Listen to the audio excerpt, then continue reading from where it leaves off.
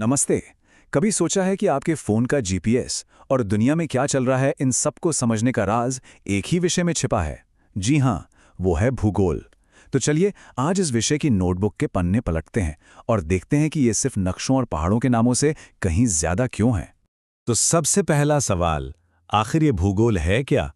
क्या ये बस वही है जो हमने स्कूल में रटा था? देश, राजधानियां, नदियां? या फिर कहानी कुछ और ही है? तो चलिए सबसे पहले यही समझते हैं कि भूगोल आखिर है क्या। जैसा कि यहाँ लिखा भी है, ये सिर्फ नक्शों और राजधानियों से कहीं ज्यादा है। ये दरअसल हमारी दुनिया को देखने का एक नजरिया है। देखिए, ज्योग्राफी शब्द खुद ही अपनी कहानी बताता है।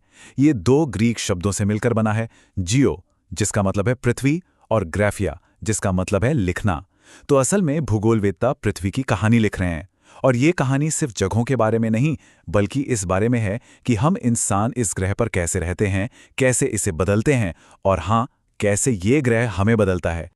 अब इस बड़ी कहानी को और अच्छे से समझने के लिए भूगोल को दो मुख्य हिस्सों में बांटा गया है। ये हैं भूगोल के दो पहलू। एक है फिजिकल यानी भौतिक भूगोल, और दूसरा है ह्यूमन यानी मानव भूगोल। इसे ऐसे समझिए, एक तरफ है कुदरत का बनाया हुआ स्टेज, पहाड़, नदियां, मौसम, और दूसरी तरफ है हम यानी इंसान, जो इस स्टेज पर अपनी कहानी लिख रहे हैं, शहर बसा रहे हैं, व्यापार कर रहे हैं और अपनी संस्कृतियां बना रहे हैं। तो फिजिकल ज्योग्राफी में हम पृथ्वी की असली ताकत को समझते हैं। हम ये देखते हैं कि कैसे जमीन के नीचे की हलचल से पहाड़ और ज्वालामुखी बनते हैं, और फिर यही पहाड़ नदियों को रास्ता देते हैं। ये नदियां जाकर मिलती हैं महासागरों में, जो हमारे मौसम और जलवायु को कंट्रोल करते हैं। और इन्हीं सब पर तो तय होता है कि कहाँ कैसे जंगल होंगे और कैसे जीव जंतु होंगे। ये आप कह सकते हैं पृथ्वी की अपनी कहानी है। और फिर आती है ह्यूमन ज्योग्राफी, जो हमारी कहानी है। इसमें हम ये समझने की कोशिश करते हैं कि आखिर लोग कुछ खास जगहों पर ही शहर क्यों बसाते हैं, और कैसे उन शहरों में अलग अलग तरह की संस्कृतियां जन्म लेती हैं। फिर ये संस्कृतियां कैसे व्यापार और अर्थव्यवस्था को शक्ल देती हैं। और हाँ, ये भी कि क्यों कुछ लोगों को अपना घर-बार छोड़कर नई जगहों पर बसने के लिए मजबूर होना पड़ता है। तो इस प्राकृतिक स्टेज और इस पर चल रहे इंसानी नाटक, इन दोनों को एक साथ एक कागज पर कैसे लाया जाए, यहीं पर काम आता है भूगोल का सबसे पावरफुल टूल, नक्शा। और नक्शे बनाने के इसी आर्ट और साइंस को कहते हैं कार्टोग्राफी। जरा सोचिए, एक गोल-मटोल धरती पर आप किसी को अपना पता कैसे बताएंगे? ये एक बहुत बड़ी पहेली थी, और इसका हल निकाला गया इन काल्पनिक रेखाओं से, लैटिट्यूड और लॉन्गिट्यूड, यानी अक्षांश और देशांतर।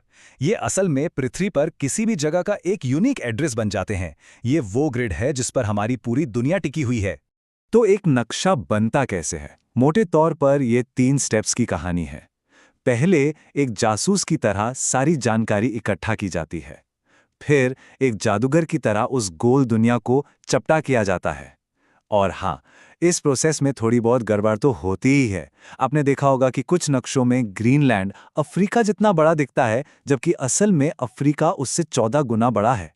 और आखिर में एक आर्टिस्ट की तरह सिंबल्स और रंगों से उस जानकारी को एक ऐसी भाषा दी जाती है जिसे हर कोई समझ सके। लेकिन सवाल यह है कि ये सब किताबी बातें हमारी रोज की जिंदगी में कहाँ काम आती हैं? जवाब है हर जगह। जब भी आप फोन पर रास्ता खोजने के लिए जीपीएस यूज करते हैं या अपने ऑनलाइन शॉपिंग के पैकेज को ट्रैक करते हैं, तो आप असल में भूगोल का ही इस्तेमाल कर रहे होते हैं। दुनिया में क्या चल रहा है ये समझने से लेकर अगली छुट्टियों की प्लानिंग तक, भूगोल हर जगह है, हर पल। तो भूगोल सिर्फ फैक्ट्स की एक लिस्ट नहीं है, बल्कि ये एक चश्मा है जिससे हम अपनी इस बदलती हुई दुनिया को देखते हैं।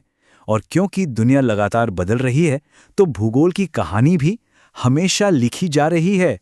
तो हम आपको एक सवाल के साथ छोड़कर जा रहे हैं। सोचिए, हर पल हमारे शहर फैल रहे हैं, ग्लेशियर पिघल रहे हैं, समुद्र का लेवल बढ़ रहा है। तो अगर वो धरती ही बदल रही है जिसका हम नक्शा बना रहे हैं, तो क्या कोई भी नक्शा कभी फाइनल हो सकता है? या फिर हर नक्शा बस एक तस्वीर है, एक ऐसे पल की जो शायद अब गुजर भी चुका है? इस पे जरा सोचिएगा।